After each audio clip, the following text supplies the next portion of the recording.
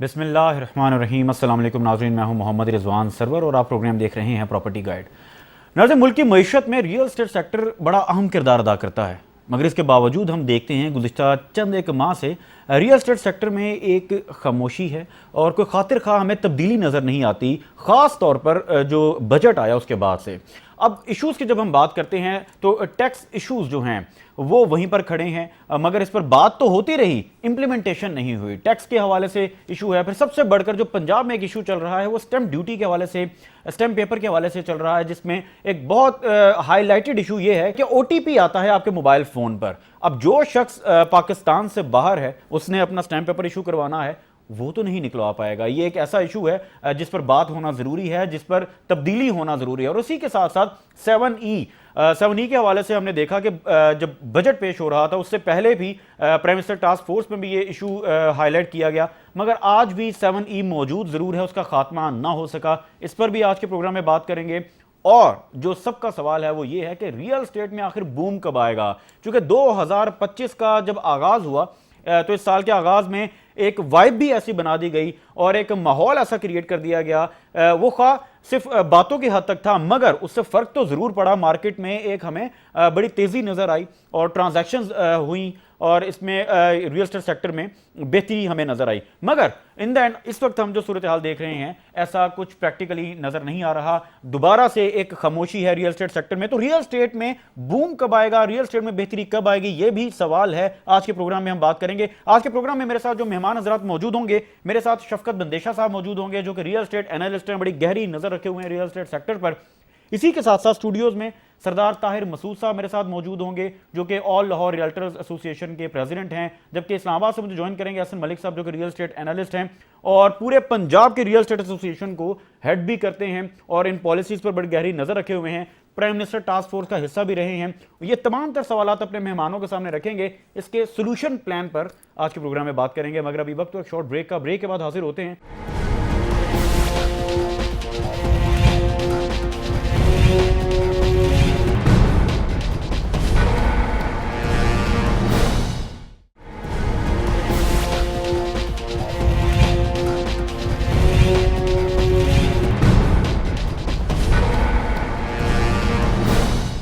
तो गुफ्तगू के सिलसिले का आगाज़ करते हैं। वेलकम बैक नाज़रीन, आप प्रोग्राम देख रहे हैं प्रॉपर्टी गाइड। और नाज़रीन, चूँकि लाहौर स्टूडियोज़ में मेरे साथ मेहमान मौजूद हैं, एहसन मलिक साहब भी मौजूद हैं, तो पहले मैं आऊँगा एहसन मलिक साहब की जानिब।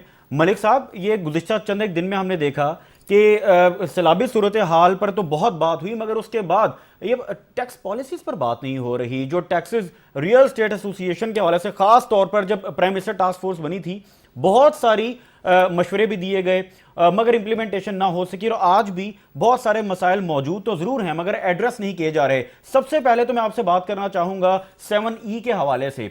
वो 7E तो बिल्कुल उस पर बात नहीं हो रही। और मुझे याद है कि आज से कुछ 4 से 5 हफ्ते पहले जब मेरे प्रोग्राम में आप मौजूद थे तो आपने ये जिक्र किया था कि इसके खात्मे के लिए बिल्कुल प्लानिंग हो रही है और उम्मीद की जा रही है कि इसका खात्मा होगा।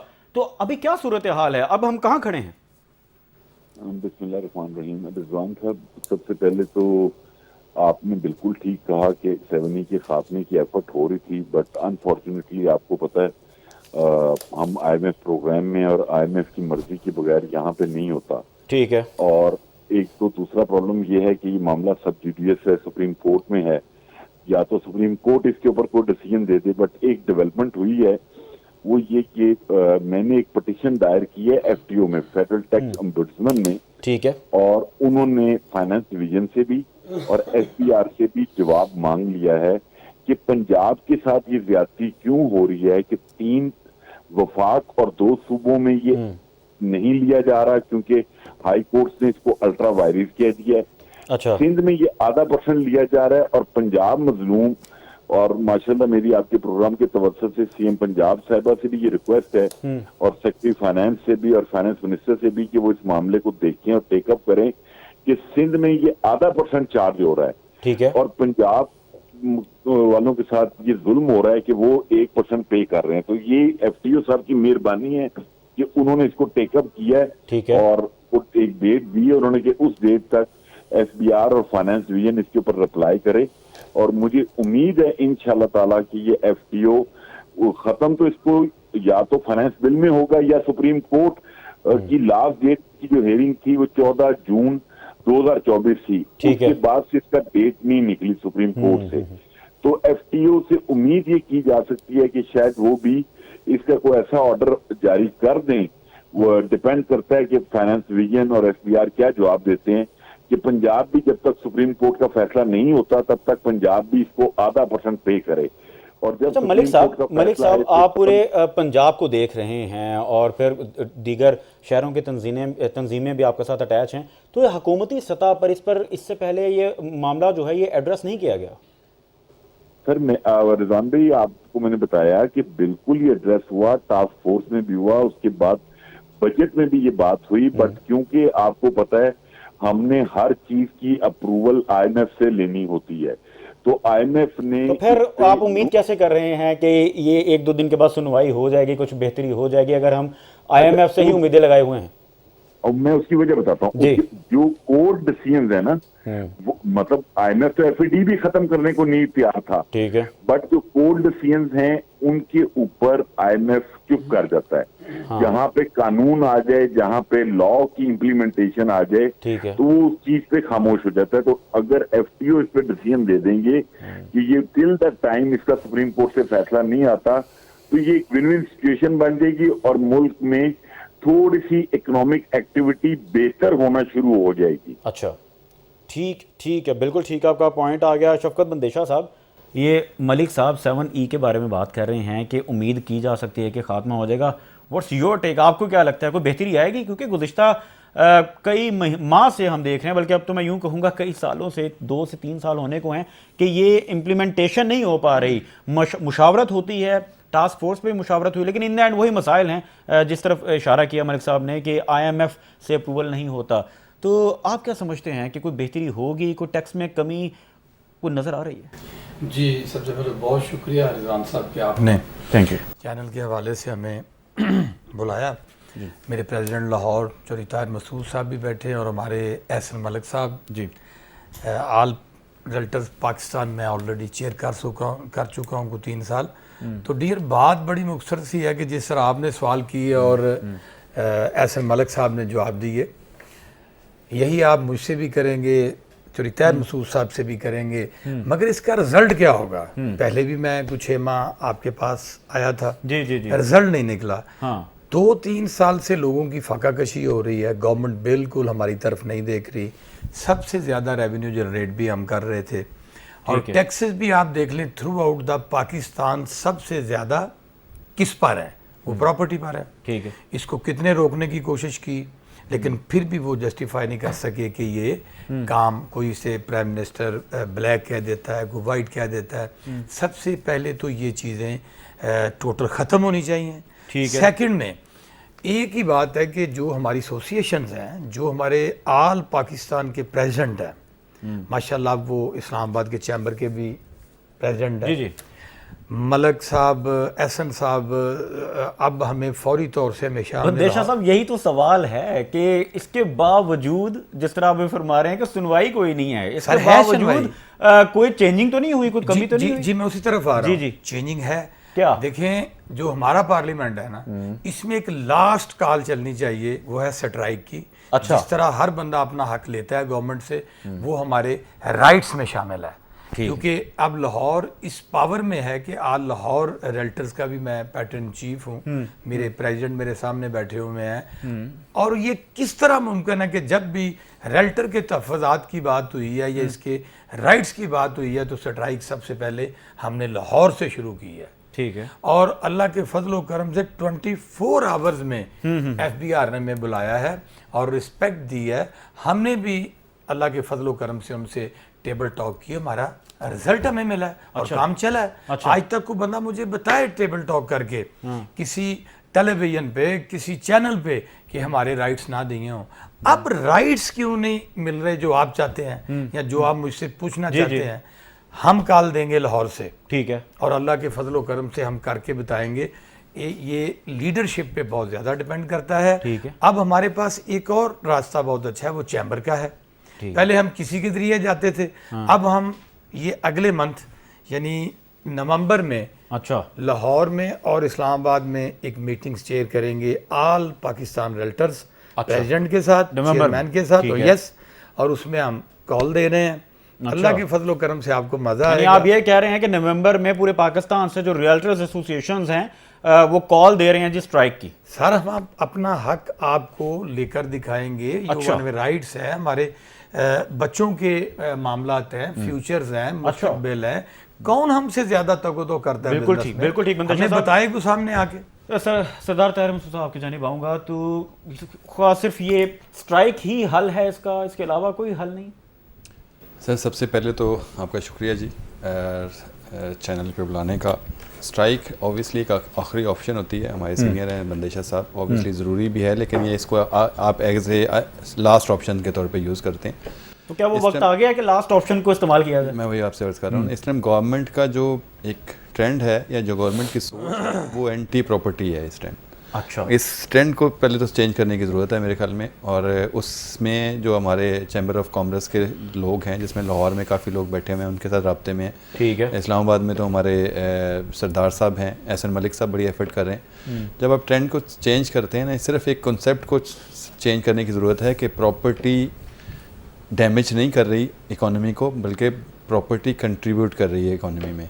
ठीक है। जब सिर्फ आप इस सोच को चेंज करेंगे तो गवर्नमेंट, अब आप देखें सऊदीया में भी अब वो प्रॉपर्टी की तरफ आ रहे हैं और एक्सपोज लॉन्च करने जा रहे हैं। उसकी रीज़न है कोई भी कंट्री न्यू जो ट्रेंड्स है, को अडॉप्ट किया जा रहा जो है। भी कंट्री है, वो सबसे पहले क्या करता है, वो अपनी इंफ्रास्ट्रक्चर और उसके ऊपर जो रियल एस्टेट है उसके ऊपर बेस कर रहा होता है। ठीक है। और मैंने पहले भी बारहा दफ़ा कहा है कि ये सिर्फ एक इंडस्ट्री नहीं है, इससे इंटरलिंक बहुत सी ऐसी इंडस्ट्रीज हैं जो चलती हैं। आज आप रियल एस्टेट को चला दें, मैंने ख्याल में 6 महीने पहले एक प्रोग्राम में आया था, उससे सिर्फ एक माह के लिए एक र्यूमर आया था मार्केट में कि जी मार्केट में टैक्सेस की जो है वो रेशो कम हो रही है, और आप देखें जी उसकी बिना पर ही ये ट्रांजैक्शन शुरू हो गई थी मार्केट में, एक पॉजिटिव वाइब आ गई। सिर्फ आप ईज करते हैं किसी भी प्रोफेशन को तो उसमें कंट्रीब्यूशन इकोनॉमी में भी होती है, और जो लोग उसमें इन्वॉल्व होते हैं वो भी खुशहाल होते हैं। सरदार साहब यहीं पर मैं ऐड करना चाहूंगा, 2025 का जब आगाज हुआ तो यही कहा जाता था कि 2025 रियल एस्टेट का साल है, तो फिर क्यों ये हम सिचुएशन क्यों देख रहे हैं कि अभी ये साल खत्म भी नहीं हुआ और हम स्ट्राइक की बात इस वक्त कर रहे हैं? यानी कि ये लास्ट ऑप्शन आप बता रहे हैं जिस तरह, उसको हमें अप्लाई करना। सिर्फ उसमें मैंने लास्ट टाइम भी ये कहा था कि जो भी डिसीजंस हो रहे हैं उसमें जो स्टेक होल्डर्स हैं उनकी इन्वॉल्वमेंट नहीं है। अच्छा, विदाउट मशावरत तमाम डिसीजन हो रहे हैं। जब आप स्टेक होल्डर्स जो मैटर करते हैं लोग, उनको जब इन्वॉल्व नहीं करेंगे और अकेले बैठे हुए दफ्तरों में या आप ऑफिस में बैठ के पॉलिसीज़ बना देंगे तो वो पॉलिसीज़ हमेशा नाकाम होती हैं और उसका कभी भी फ़ायदा नहीं होता, वो हमेशा आपको डैमेज की तरफ लेके जाती हैं। मैं आपके प्रोग्राम से जितने भी हुकूमत में लोग बैठे हुए हैं, हम चाहते हैं ये मुल्क चले, लेकिन उसकी एक राह निकालनी चाहिए जिसमें दोनों तरफ विन विन सिचुएशन हो, जिसमें टैक्स कलेक्शन भी बहुत हो और हमारी जो रियल स्टेट है या जो कंस्ट्रक्शन इंडस्ट्री है वो भी फ्लरिश करे। आप ये देखें कि कोरोना में सिर्फ और सिर्फ एक कंस्ट्रक्शन पैकेज था जिसने पूरी पाकिस्तान को चलाए रखा है। तो अभी भी मैं यही कहूँगा कि हमारी जो चीज़ें हैं वो बहुत स्मूथ हो सकती हैं, हर चीज़ हो सकती है। टैक्स की रेशो थोड़ी सी कम की जाए, उससे क्या होगा, आपका वॉल्यूम बढ़ेगा। जब वॉल्यूम बढ़ेगा ऑब्वियसली तो आपकी टैक्स कलेक्शन भी बढ़ेगी। ठीक है। इसके बरक्स कुछ ये भी सोच पाई जाती है सरदार साहब कि जो रियल एस्टेट सेक्टर है इसकी वजह से हमारी इंडस्ट्रीज़ बंद हुई हैं और हर शख्स इस तरफ मूव कर रहा है, सोसाइटीज़ लॉन्च हो रही हैं, डिलीवर होती नहीं। बहुत सारे प्रोजेक्ट्स ऐसे भी हैं ना जी जो डिलीवर नहीं होती, फ्रॉडलेंट एक्टिविटीज़ होती हैं और वो फिर बिलियंस ऑफ रुपीज़ का नुकसान होता है, पाकिस्तान के इमेज को नुकसान पहुंचता है। एक ये भी वजह है जो कि रिलीफ नहीं दिया जा रहा। रिजवान भाई मुझे ये बताएं कि आप ये बताएं कि एक इंडस्ट्री को बचाने के लिए ये कौन सी अकल ये इजाज़त देती है कि आप जो दूसरी चलती इंडस्ट्रीज हैं उनको बंद कर दें। ठीक है। हमेशा राह ये होती है कि आप उसको चलाने के लिए कोई ऐसी राह निकालें जिसमें दोनों के लिए एक राह हमवार हो जाए। इससे देखें ये सिर्फ प्रॉपर्टी नहीं है, जैसे मैंने बताया इसमें 40 इंडस्ट्रीज है जो इंटरलिंक है आपस। आपकी सिरेमिक्स है, आपकी कंस्ट्रक्शन से रिलेटेड जितनी भी आइटम्स, बिजली के आइटम्स हैं, ईंटें हैं, सीमेंट है, ये सब इसी से इंटरलिंक है।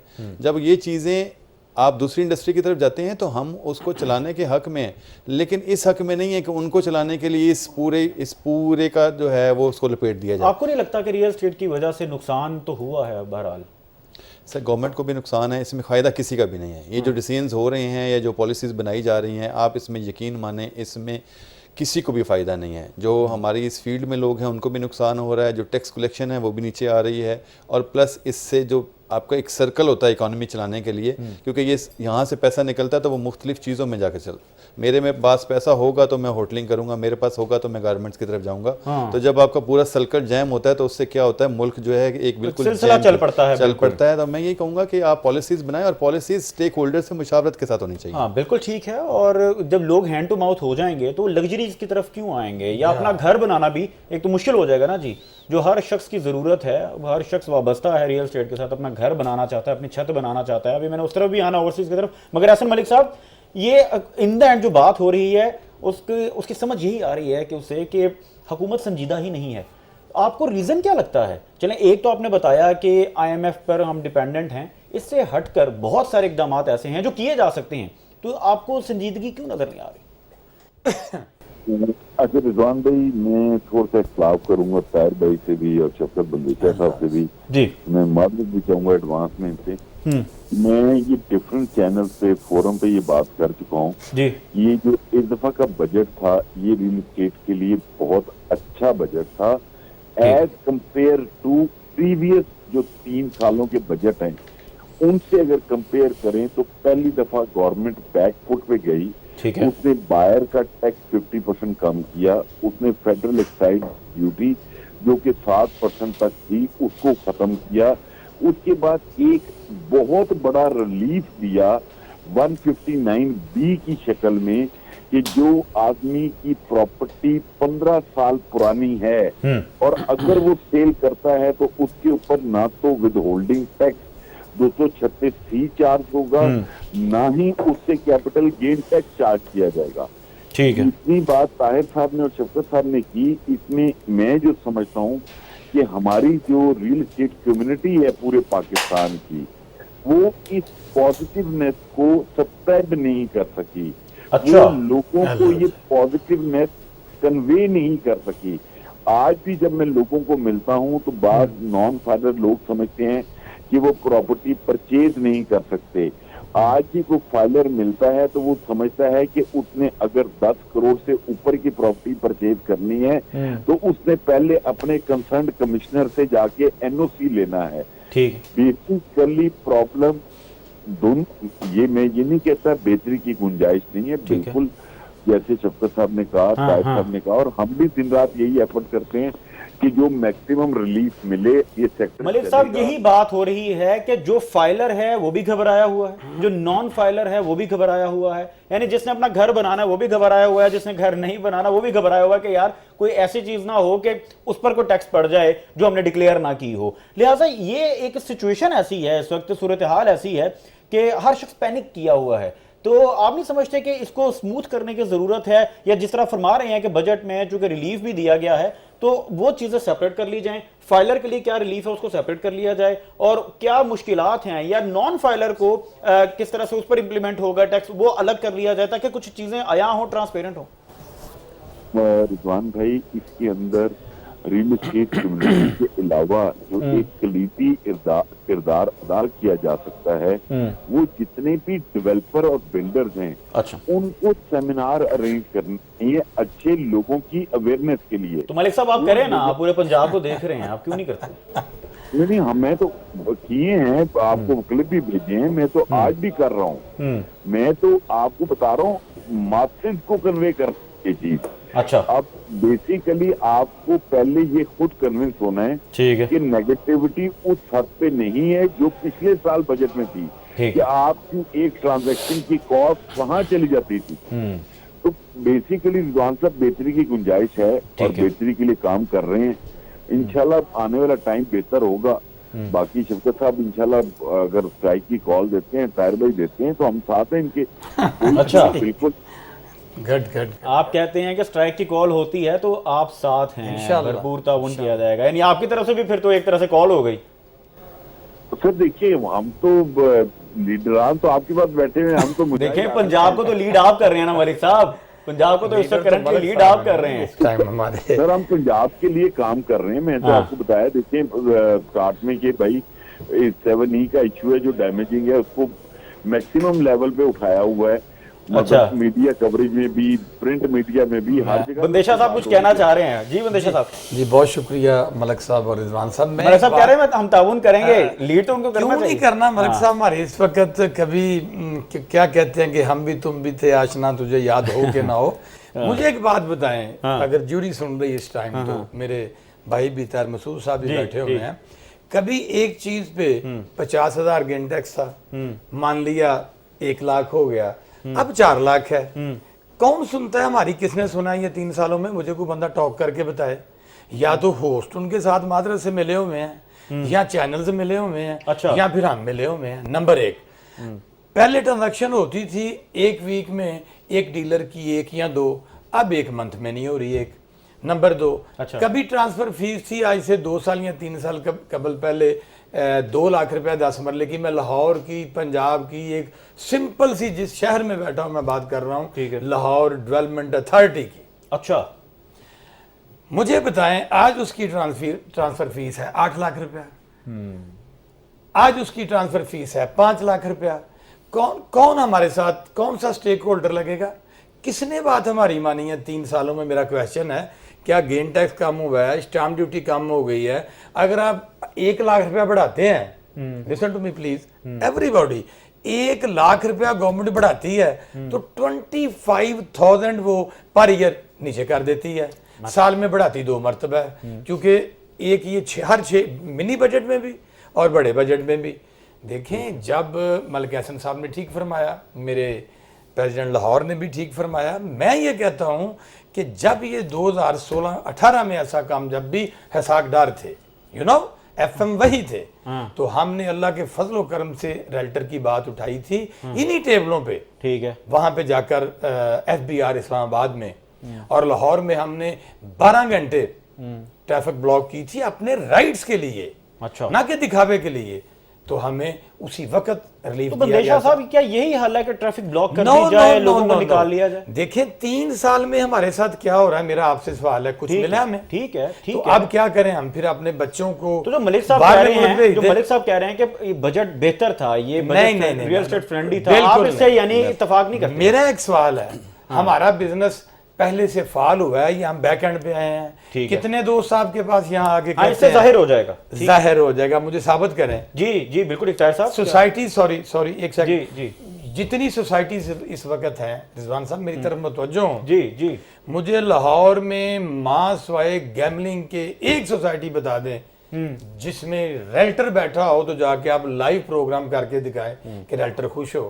नहीं यार, नहीं है ही नहीं है। साहब अच्छे लोग भी मौजूद हैं, अच्छा ये नहीं काम मैं करने कहता, वाले भी हैं। जिस तरह आपकी अल कबीर वाले हैं, पार्क एवेन्यू हाउसिंग सोसाइटी इस टाइम, बिल्कुल देखें ना, कुछ लोग ऐसे एनओसी हैं जो देते काम हैं, करने वाले हैं। मैं ये नहीं कहता, आज आप रात के टाइम 12 बजे भी चले जाएं, जहां काम साफ हो रहा है, वहां रौनकें लगी। नहीं, वहां पे देखिए आपने डाउनटाउन दिया है कबीर टाउन ने, वो बेहतरीन मतलब काम चल रहा है, ऑन ग्राउंड है।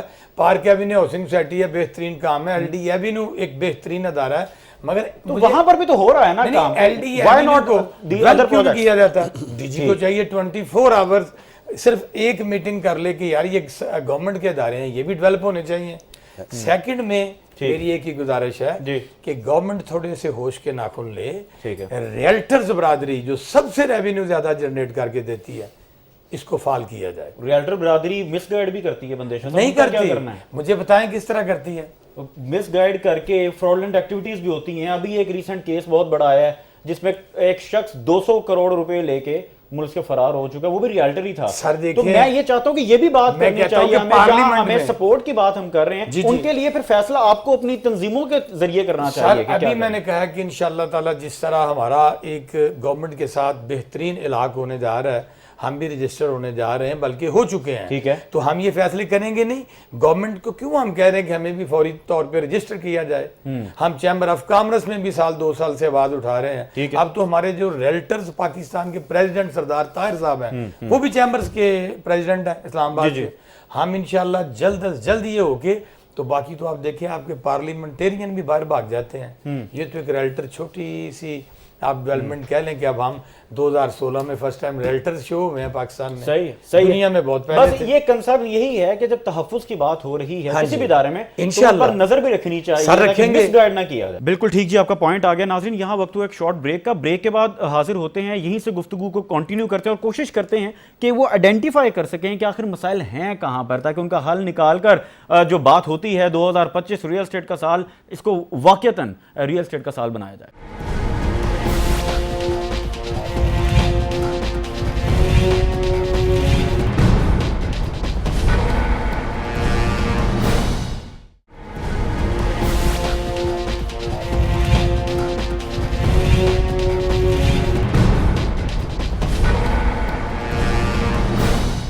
वेलकम बैक नाज़रीन, आप प्रोग्राम देख रहे हैं प्रॉपर्टी गाइड। और ब्रेक से पहले बात हो रही थी रियल एस्टेट इश्यूज के हवाले से, टैक्सेस के हवाले से, कि ये आखिर टैक्सेस में रिलीफ कब मिलेगा। कंटिन्यू करते हैं वहीं से। अब एक इसमें दो स्टेक होल्डर्स हैं, बल्कि तीन होते हैं। एक बायर होता है, एक सेलर होता है, और एक वो बंदा जो एक्ट एज ए ब्रिज, जो कि हम रियल्टर्स जिसको कहते हैं।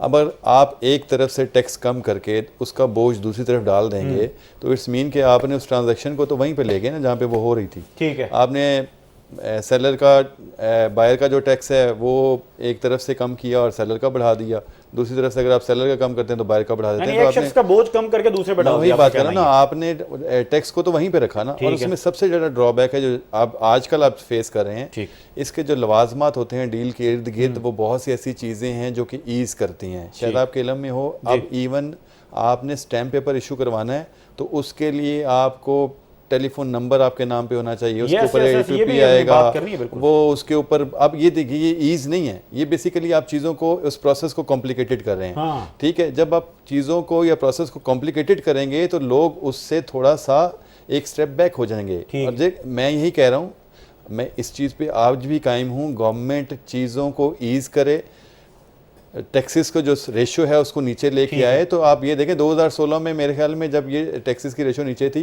तो प्रॉपर्टी और कंस्ट्रक्शन सबसे ज़्यादा पाकिस्तान में जो आपका GDP उसमें शेयर कर रही थी अपना। लेकिन अब देखें, आपके एक सिर्फ सेक्टर के क्लोज होने की वजह से अगर आप मुल्क की इकोनॉमी देखें तो एक टाइम बिल्कुल एक जैम पोजीशन में है, जिसमें तमाम स्टेक होल्डर्स, क्योंकि जो बंदा भी कहीं पे भी बिजनेस कर रहा है उसकी जो सरप्लस मनी है वो कहीं ना कहीं इन्वेस्ट करता है। आप देखें, आपने इसको रोका तो गोल्ड में लोगों ने इन्वेस्टमेंट शुरू कर दी। अब पिछले एक महीने में गोल्ड कहां से कहां चला गया। तो इसलिए कि आप कहीं एक चीज को रोक नहीं सकते, पॉलिसी ऐसी होनी चाहिए जहां पे तमाम स्टेक होल्डर्स का फायदा हो। और सरदार साहब, अगर मैं गलती पर हूं तो जरा मुझे करेक्ट कर दीजिएगा कि गोल्ड में इन्वेस्टमेंट का तो फिर रिकॉर्ड भी नहीं है।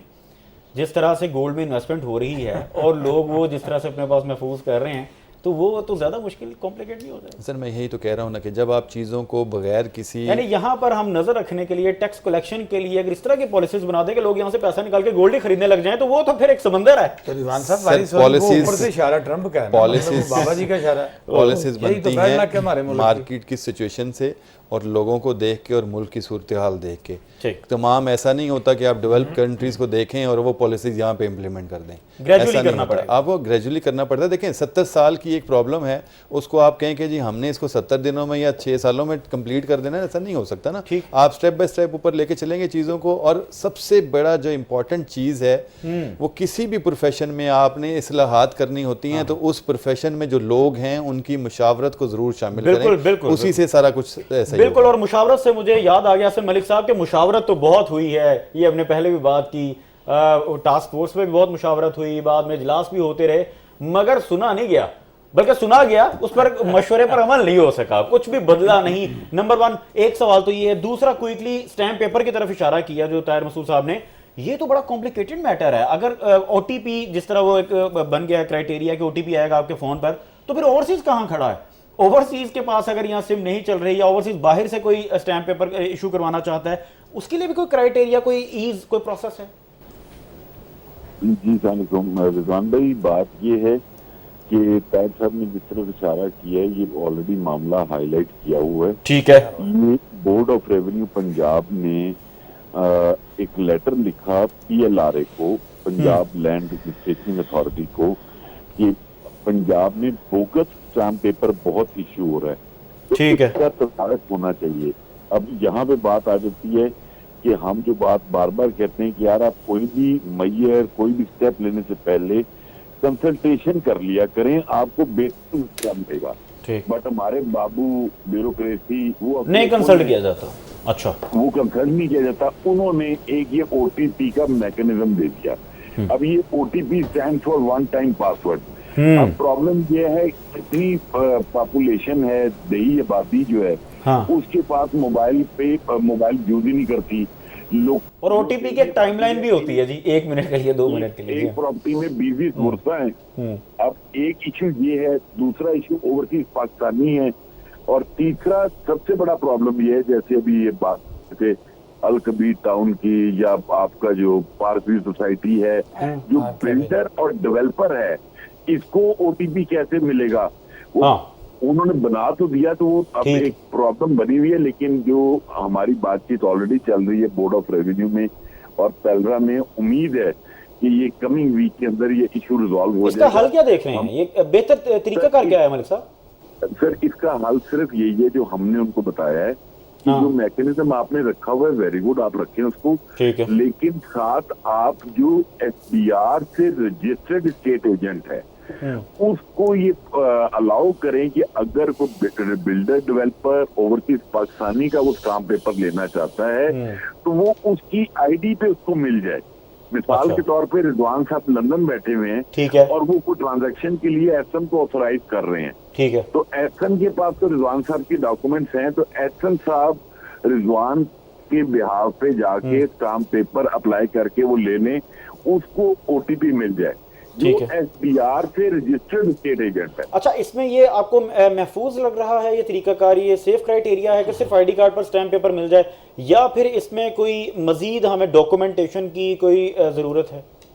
सर, कोई ID कार्ड का चक्कर कोई नहीं है। आप अभी भी जो ई स्टैंप लेते हैं, जो पहले प्रोसेस है, वो तो आप खाली ID कार्ड नंबर डालते थे, सेलर बायर का, ठीक है। और जो लेने वाला था उसका ID कार्ड नंबर डालता था, स्टाम्प पेपर मिल जाता था। हाँ। तो लोगों ने उसके अंदर काफी हैंकी फैंकी की है, ठीक। तो जिसकी वजह से गवर्नमेंट ने उसको एड्रेस किया है। तो ऐसे ही।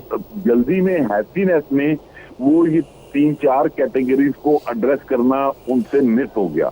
ठीक है। बट लेकिन इंशाल्लाह मैंने आपसे बताया कि उम्मीद है नेक्स्ट वीक के अंदर इंशाल्लाह ये इशू रिजॉल्व हो जाएगा और बेहतर हो जाएगा। ठीक है, ठीक है। तो ये चले, एक इशू तो रिजॉल्व हो जाएगा। जो जनरली मसाइल हैं टैक्स से रिलेटेड, उसके हवाले से भी कोई खबर दें ना कि कुछ चीज़ें बेहतर हो रही हैं, या फिर हमें इंतज़ार करना होगा नवंबर का? नहीं, नवंबर का तो सर देखिए, शफकत साहब ने आपको महीना बता दिया है। हाँ। शफकत साहब इंशाल्लाह अल्लाह करे जब कॉल देते हैं तो देखते हैं, बाकी हम तो उससे पहले कोई उम्मीद है आपको कि कुछ चीज़ें बेहतरी की तरफ जा रही हैं, या कोई इन प्रोसेस? नहीं, सच्ची बात है। जैसे अभी ताहिर भाई ने भी कहा, मुझे नहीं समझ आई ताहिर भाई ने किस तरह या अंडरस्टैंडिंग का चक्कर है। मतलब 1.5% परचेजर अगर फर्क करें एक प्लॉट या घर की SBR वैल्यू या DC रेट 1 करोड़ रुपया है, तो आपसे SBR हुकूमत पाकिस्तान की बात कर रहा हूँ, वो 1.5% ले रही है। स्टैम्प ड्यूटी 1% है, 2.5, मतलब 2.5% आपने टैक्स पे करना है 1 करोड़ के पीछे। 1 करोड़ के पीछे। ठीक। तो मतलब इससे ठीक है कम हो जाए, 1% हो। और अच्छा, मजे की बात क्या है, ये टैक्स भी नहीं है, ये एडजस्टेबल है। आप है। अपनी इसको सैलरी में एडजस्ट करवा सकते हैं, इस टैक्स को आप इसको अपने बिजनेस में एडजस्ट करवा सकते हैं। अगर आपके ताल्लुकात अच्छे हैं तो आप इसका रिफंड भी ले सकते हैं। अच्छा, ठीक है। यानी ये जो 2.5% लिया जाएगा, ये कंप्लीटली रिफंडेबल है? नहीं, 1.5% 236 के जो अच्छा। स्टैम्प ड्यूटी है वो नॉन रिफंडेबल है। Okay, stamp duty non refundable है, यानी 1.5% जो FBR ले रहा है वो रिफंडेबल है? अब बिल्कुल। अब इसी तरह जिस तरह ताहिर साहब ने जिक्र किया कि जो टैक्स दूसरी तरफ डाल दिया सेलर को 4.5%, वो भी विद होल्डिंग टैक्स है, वो अच्छा। एडजस्टेबल है, वो भी एडजस्टेबल है। जी ताहिर साहब, बिल्कुल ठीक, बिल्कुल। ताहिर साहब, ये मलिक साहब कह रहे हैं कि ये कोई बोझ नहीं है, या एक इस तरह नहीं हुआ कि बायर से निकाल के सेलर पे बोझ डाल दिया है, या सेलर का कम करके टैक्स बायर पर बोझ डाल दिया, वो तो कह रहे हैं ये एडजस्टेबल है। सर, हमारी जो मार्केट चलती है ना, वो ज़्यादातर जो रियल स्टेट की मार्केट है, वो उसकी जो मैस में बायर होता है वो 5 मरला 10 मरला और मैक्सिमम कनाल का होता है। ये मैस की बात कर रहा हूँ। 5% 10% तो कमर्शियल की तरफ जाता है, और वो लोग होते हैं जो सैलरीड बेस्ड होते हैं। उनके टैक्स में एडजस्टेबल और वो चीज़ें नहीं होती, उनके टैक्स से सैलरी में से ऑलरेडी चीज़ें कट जाती हैं।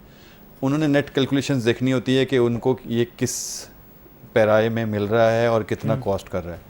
जैसे आप किसी सेलर का आता है, जब जिस बंदे ने भी इन्वेस्टमेंट करनी है या वो 2 साल के लिए इन्वेस्टमेंट कर रहा है, तो 15 साल का, जैसे एहसन भाई ने कहा कि 15 साल के बाद उसको गेन टैक्स नहीं लगेगा, ठीक तो है। वो उसके खर्चे में आ जाता है ना। डेफिनेटली जब कॉस्ट बढ़ती है और उसमें वो अपना प्रॉफिट ऐड करता है, तो जो डील है वो मैच्योरिटी की बजाय वो एक बिल्कुल एक साइलेंट माहौल में चली जाती है। और उसको यही हम इनसे कह रहे हैं कि रेशो, अब देखें आज से सिर्फ 5-6 साल पहले आप चले जाएं, 2016 या 18 में टैक्सेस थे, उनकी रेशो कम थी।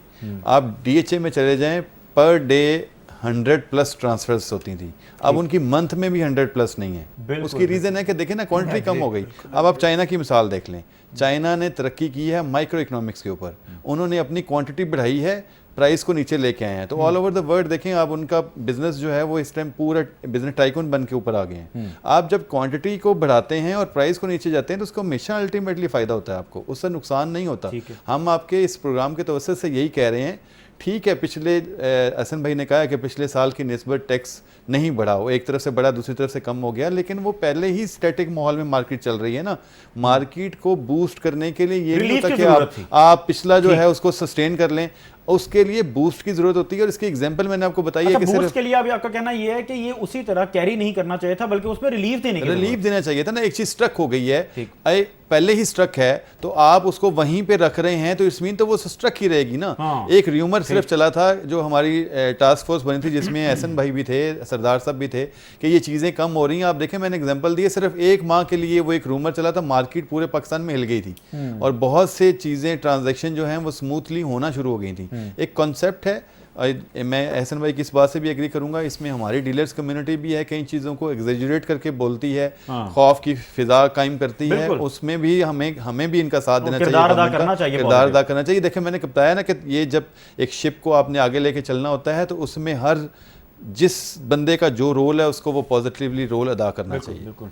अच्छा, इसमें ताहिर साहब, आप ये नहीं समझते कि एक ट्रस्ट डेफिसिट जो है, इसका भी अलमिया है, ख़ास तौर पर ओवरसीज़ जो इस वक्त ट्रांजैक्शंस नहीं हो रही। चलें, टैक्स का तो हमने उस पर तो बात कर ली इन डिटेल। कोई लोगों के पास पैसा भी है, इन्वेस्ट करना भी चाहते हैं, मगर वो ट्रस्ट डेफिसिट की वजह से यकीन नहीं कर पा रहे कि चीज़ें महफूज हैं उनकी यहाँ के नहीं। आगे क्या होने वाला है, यानी आगे क्या होने वाला है, कि ये भी बड़ा सवाल सुनने को मिलता है। इसकी वजह से भी मार्केट में एक खामोशी नज़र आती है। सर, ओवरसीज़ 90% जो लोग जा रहे हैं और हमारे मुल्क की इकॉनमी में जो कंट्रीब्यूशन है ओवरसीज़ की, वो रेमिटेंसेस हैं जो, और पाकिस्तान में जो भी ओवरसीज़ है जो पाकिस्तान में यहाँ पैसा भेजता है, तो उसकी कोशिश होती है कि वो प्रॉपर्टी में इन्वेस्ट करे। अब उसको आप ये नहीं कह सकते कि वो किसी टेक्सटाइल यूनिट में लगाएगा या कहीं, क्योंकि वो ऑब्वियसली उसकी एक सेविंग होती है जो उसने इन्वेस्ट करनी है। अब इसमें प्रॉब्लम क्या आ रही है, इसमें पॉलिसीज़ हैं जो मैंने कह रहा हूँ कि वो हर्डल्स फेस करती हैं।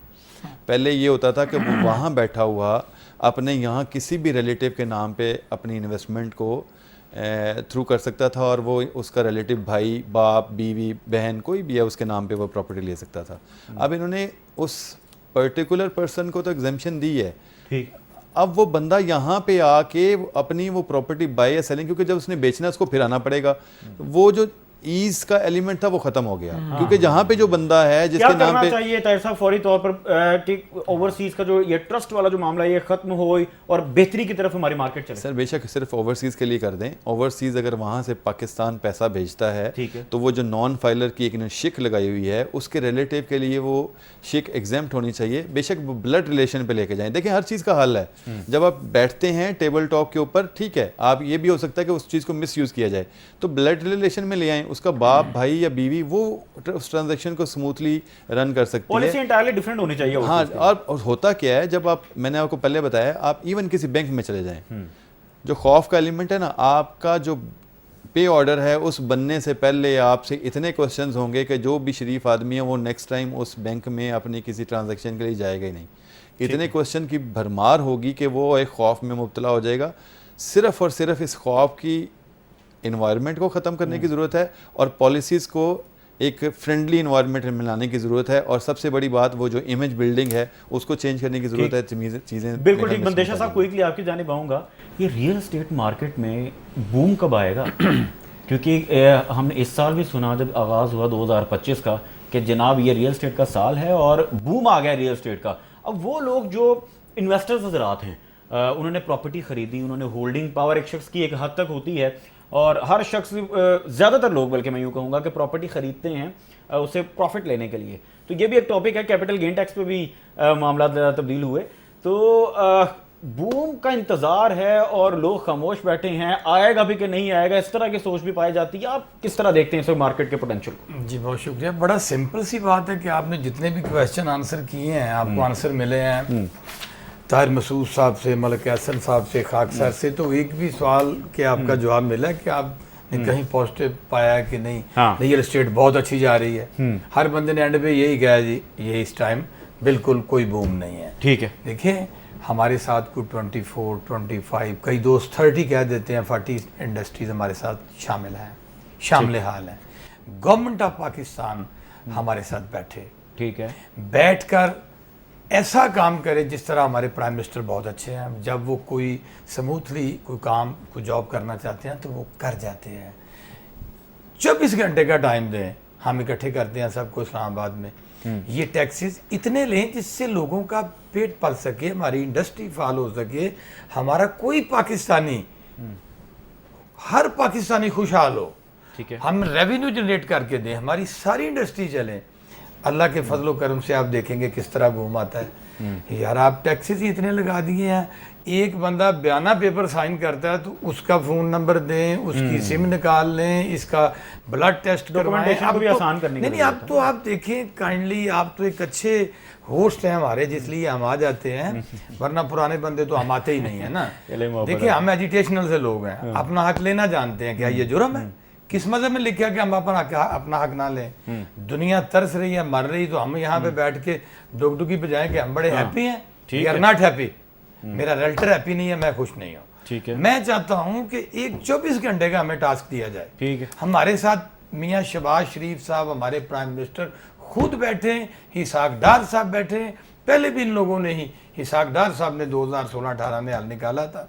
इंशाअल्लाह हम हल निकाल कर उठेंगे और आप देखें कि किस तरह हमारा प्रॉपर्टी में जिस तरह आप हमें इज्जत देते हैं, प्रोग्राम में आते हैं, हमारी कोशिश भी यही होती है कि जो मसाइल हैं उनको एड्रेस किया जाए। बहुत सी चीजें ऐसी होती है जो वहां तक पहुंच नहीं पाती, तो हम इस प्लेटफॉर्म के जरिए कोशिश ये करते हैं कि मसाइल को एड्रेस किया जाए, फिर उनके सोल्यूशन की तरफ आया जाए। क्योंकि मसाइल बताने वाले तो बंदेशा साहब बहुत सारे लोग हैं, हल बताने वाले कम है इस माशरे में। हल बताना भी तो उन लोगों ने ना, हम तो बताते हैं, निकालना उन्होंने। हम बैठ के टेबल को किस टेबल पे किससे करेंगे?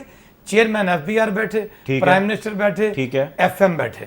ठीक है, अल्लाह के फजलो करम से 24 घंटे हम मांगते हैं। 24 घंटे हम आप समझते हैं बैठ चुके हैं। आपके पास इसका पेपर वर्क कंप्लीट है, आपके पास इसका पूरा रोड मैप कंप्लीट है। जी आप हमें टाइम दें सर, जिस पर अमल दरामद कर लिया जाए तो मामला बेहतर होगा। रिजवान साहब आप हमें टाइम दें, अल्लाह के फजलो करम से हम तो 24 घंटे का टाइम आपको दे रहे हैं। रिजवान भाई आपसे मांग रहे हैं। अभी एहसन भाई ने बताया और मैंने भी आपको कहा है। जी अभी एक मैंने एक्सपीरियंस किया अपना रजिस्ट्री के लिए। आप टाइम तो दें हमें। अब देखें, आप कोई भी रजिस्ट्री लेते हैं तो हमारे जो ज़रई तबका है जो कि लैंड का ऑनर है, उसमें आपको पता है वरासती चीज़ें होती हैं, और उसमें 90% लोग ऐसे होते हैं जो इस नई टेक्नोलॉजी से या उससे आशना नहीं होते। ठीक है, जब आप ट्रांजैक्शन करने जाते हैं तो 10-10, 15-15 लोग होते हैं और उनकी जो उम्रें हैं वो 70 साल 80 साल उस तरह, उनके पास ना तो सिम मौजूद है, ना वो OTP और उन चीज़ों को शेयर करने के लिए तैयार होते हैं। देखें, वो ये समझते हैं कि ये कोई ऐसी चीज़ है जो मिस यूज़ ना हो जाए, क्योंकि जब प्रॉपर्टी का मैटर आता है तो वो एजुकेटेड नहीं है बंदा। जब आप उससे पासवर्ड मांगते हैं तो वो कहेगा कि ये पासवर्ड की वजह से मेरी प्रॉपर्टी तो नहीं कहीं चली जाएगी।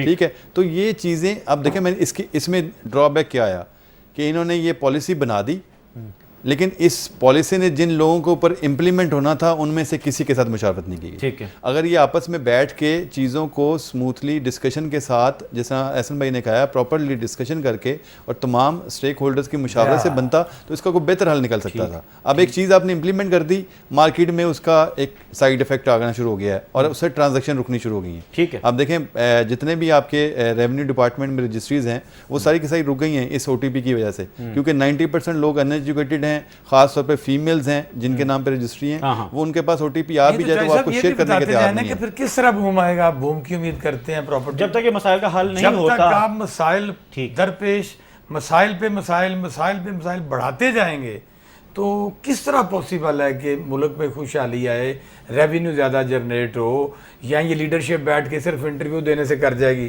पॉसिबिलिटी नहीं है। बिल्कुल ठीक है। आओ मिलकर बैठें, एक टेबल सजाएं, उस पे अपने मुल्क के लिए बेहतर सोचें, अपने रिज़्क़ के लिए बेहतर कोशिश बिल्कुल ठीक, बिल्कुल ठीक। जब अपने मुल्क के लिए बेहतर सोचें, और जिस तरफ ये इशारा किया गया है नाजरीन के, ये OTP वाला, स्टैम्प ड्यूटी वाला जो मैटर है, ख़ास तौर पर पंजाब में, इसको बेहतर करने की ज़रूरत है। टैक्स पॉलिसीज़ को एक दफ़ा रिकन्सिडर करने की ज़रूरत है, बेहतरी लाने की ज़रूरत है, ताकि हमारा जो ये रियल स्टेट सेक्टर है, जब ये चलेगा तो इंशाल्लाह पाकिस्तान की इकॉनमी भी चलेगी और बहुत से लोगों का रोज़गार भी चलेगा। और यकीन कीजिए, पाकिस्तान की इकॉनमी में बड़ा अहम किरदार है रियल स्टेट सेक्टर का, और हम ये उम्मीद रखते हैं कि हुकूमत भी संजीदा है इसको लेकर। मगर जो एक ब्रिज का रोल प्ले करना है जिन लोगों ने, शायद वहां पर कमजोरी आ रही है। जो ही इंशाल्लाह ये एक टेबल पर बैठेंगे, जिस तरह अभी इशारा किया बंदेशा साहब ने भी कि हमारे पास हल मौजूद है, बस एक दफा बैठकर उसका हल निकालना, और उस पर इंप्लीमेंटेशन की कमी है। जब इंप्लीमेंटेशन होगी तो यकीनन उसके समरात हम सबको नजर आएंगे। अपना फीडबैक हमें जरूर दीजिएगा। अगले प्रोग्राम तक के लिए मोहम्मद रिजवान सरवर को इजाजत, अल्लाह निगहबान।